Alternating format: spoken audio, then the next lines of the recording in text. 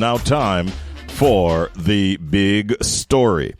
So Prime Minister Andrew Holness has confirmed that Jamaica will not meet its Vision 2030 development targets, aiming to become a developed country. Despite this, Holness highlighted Jamaica's progress, noting the country is doing better than other CARICOM nations.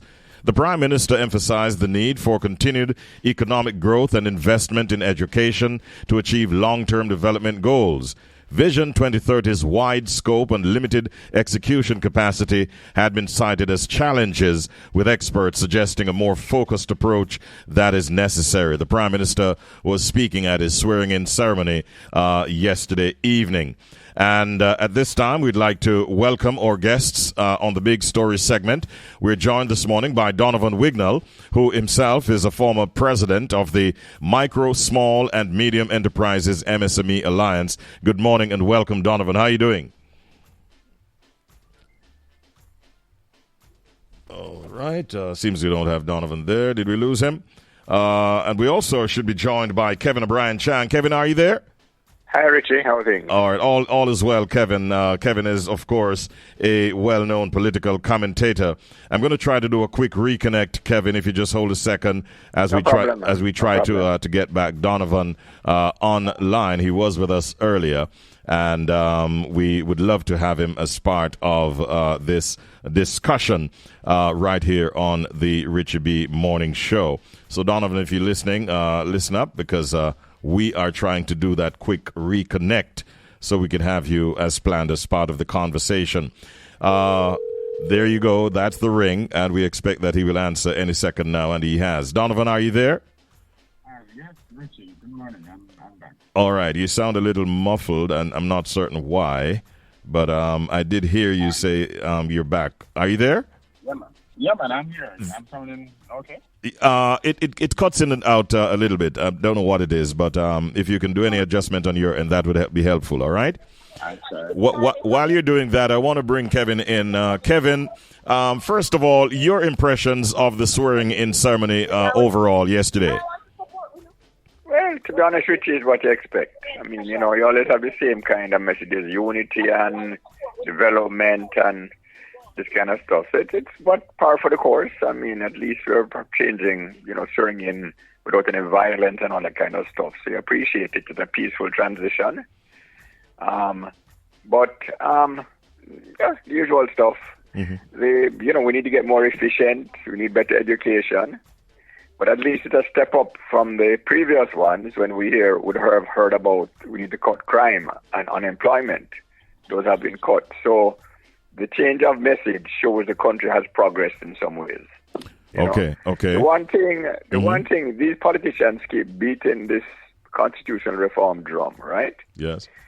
On the ground, I don't find much interest in it. I think it's a waste of energy and time. Listen, Jamaica's per capita GDP right now is 0.57% of the world average, right? When we get up to 1, we can talk about constitutional reform, in my view. But until then, why waste time talking about something nobody cares about the politicians? What people care about, they want better education, a more efficient public service, and growth in the economy. So that's where the focus should be. And I find this constitutional reform thing, it's a big thing among the talking heads, but I think it's a waste of energy and time, because the man on the street wants his quality of life to go up. And as a man said, how are we going to change? If I'm going to change the Governor General, the President, how will that improve my standard of living? That interesting perspective. Let me get Donovan's perspective. First of all, Donovan Wignall, on the swearing-in ceremony itself.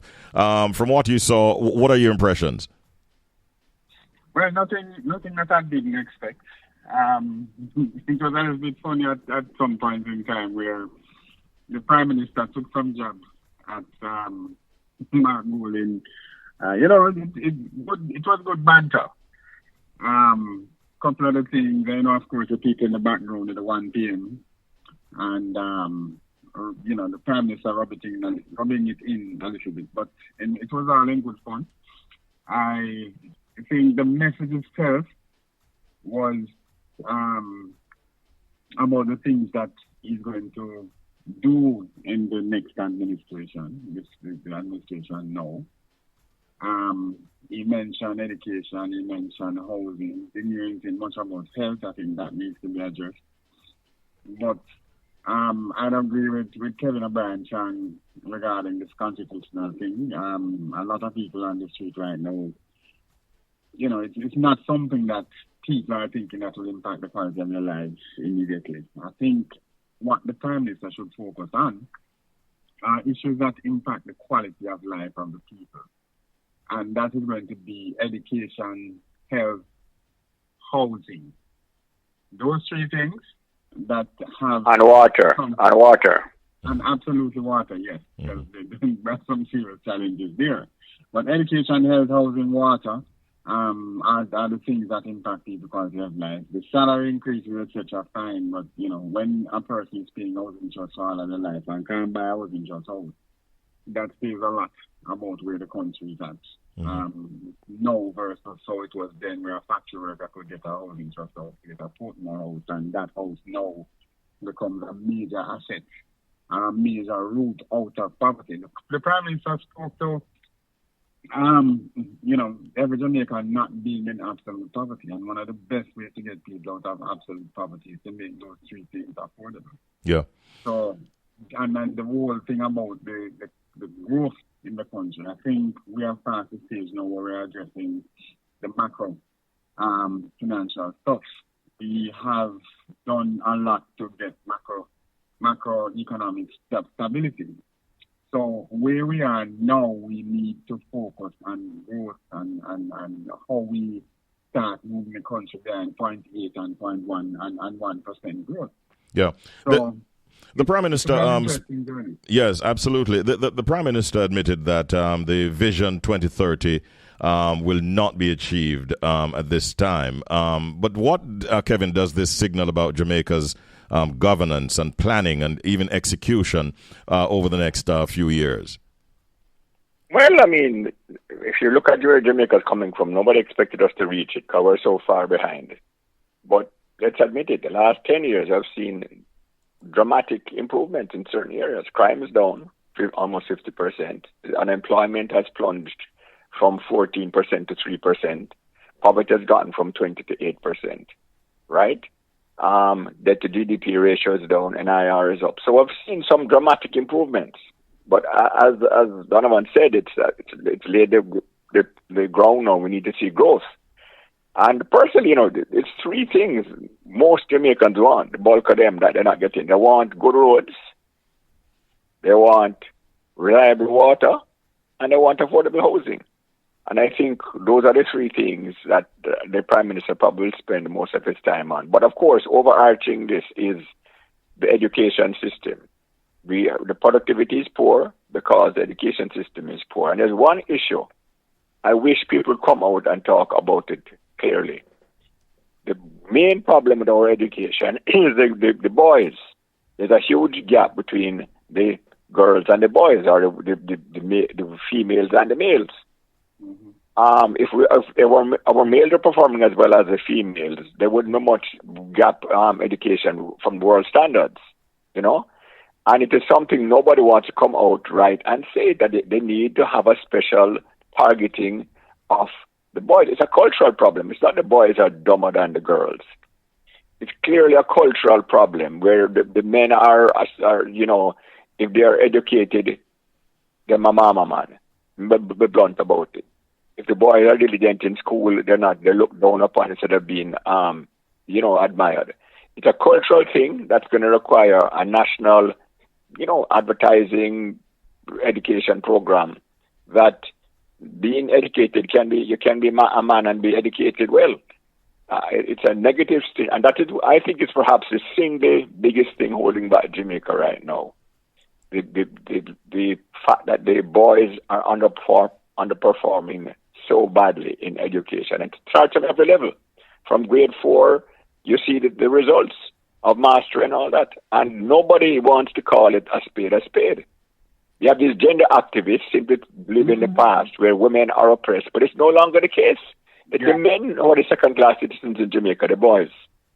absolutely. All right, I hear Donovan agreeing with you in the background there as well.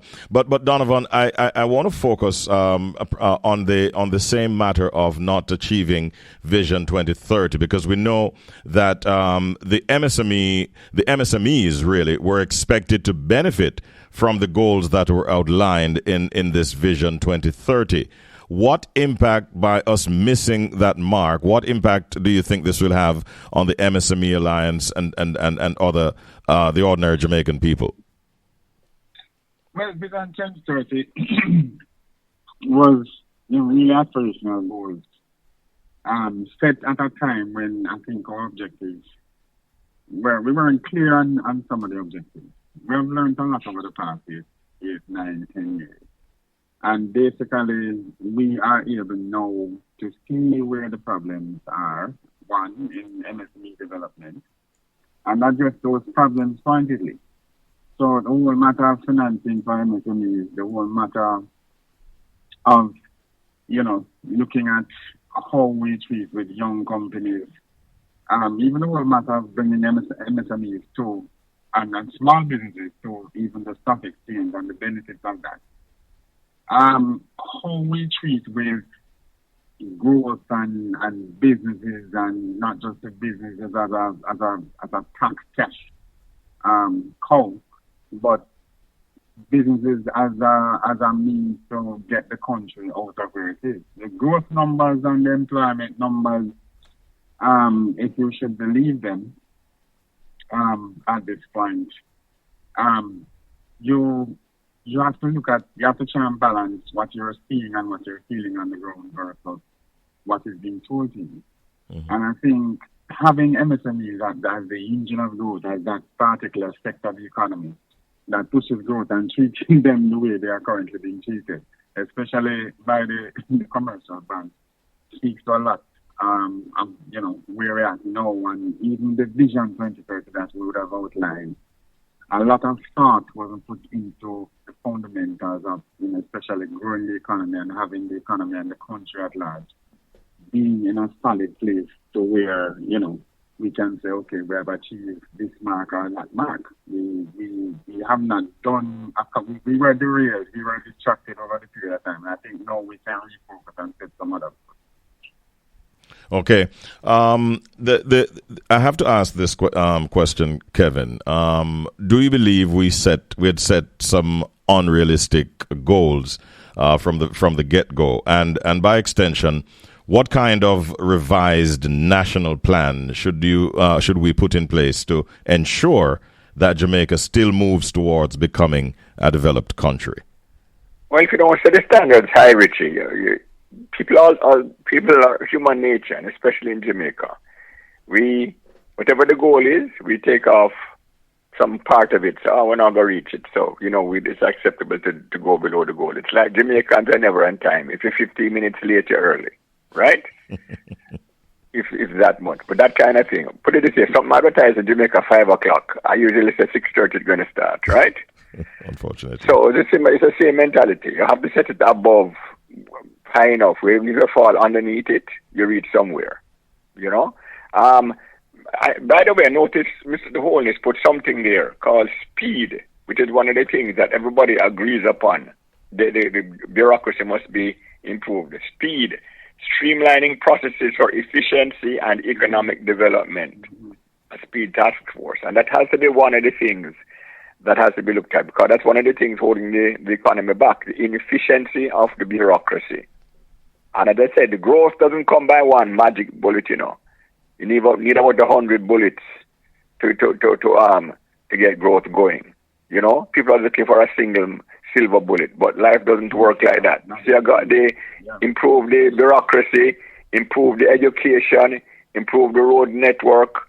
You see a lot of these things. So that is where the Prime Minister, and listen, the first 10 years of Andrew Holness, 9.5 years, I think are as good as any leader anywhere has had, considering where he started from. We came into power, we're the most murderous capped country in the world for 30 years. We're on the debt, we're on the verge of bankruptcy, 120% debt to GDP ratio. and chronic unemployment ever since 1838. And suddenly now, murders are down, debt is under control, and unemployment is the lowest ever. So he has, I don't call it miracles, but he has certainly exceeded all expectations. The question now is, can he deliver a similar kind of turnaround in his second, not second term, because he had 10 years, the second, let's say the second decade or decade and a half. That would be the question. Mm-hmm. Can he really work these kind of outstanding changes that we have seen, continue them in the needed areas now? That's the question. They said to whom much is given, much is expected, and he has set the bar very high. But so life go. So expect the same kind of big improvements with efficiency and education and the roads and water. Do you think, Donovan, that the Prime Minister is contemplating now things like his own legacy and how it ought to be seen? And I also want to ask you, as a final question, what do you see as the most critical steps that the government ought to take right now to ensure that our development goals are met going forward? Well, yes, he's contemplating his legacy. And I think one has to admit that he did fairly well. As a leader of the country over the period of time, regardless of what anybody wants to think, a lot of things have gone right. The fundamental things that I think needs to be addressed with this administration now are the things that people have been complaining about for a very long time. And one of them, and I'm going to go back to the big three in my book, which is housing, which is the major one. You can't have a population and nobody can afford, no regular person, a person earning even minimum wage, $16,000, $17,000 a week, can't afford to get a house that they can call their own. That is the easiest route out of poverty for most people. The next route out of poverty is education. If it is that you have a population full of those young people, people who don't want to go to school, you're going to have a problem with crime after that. And, while the crime situation has been going down, you have to look at how and why it went the way it did. What was the formula? What was used?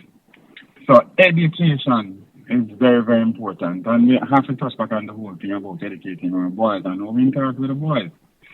We have to fix this problem. We have gone extremely far left with this feminist thing where we overcompensated for something that I don't even think that existed in Jamaica for the most part.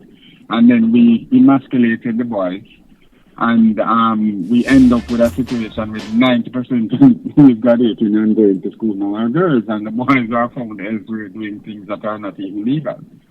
So we have to housing, education.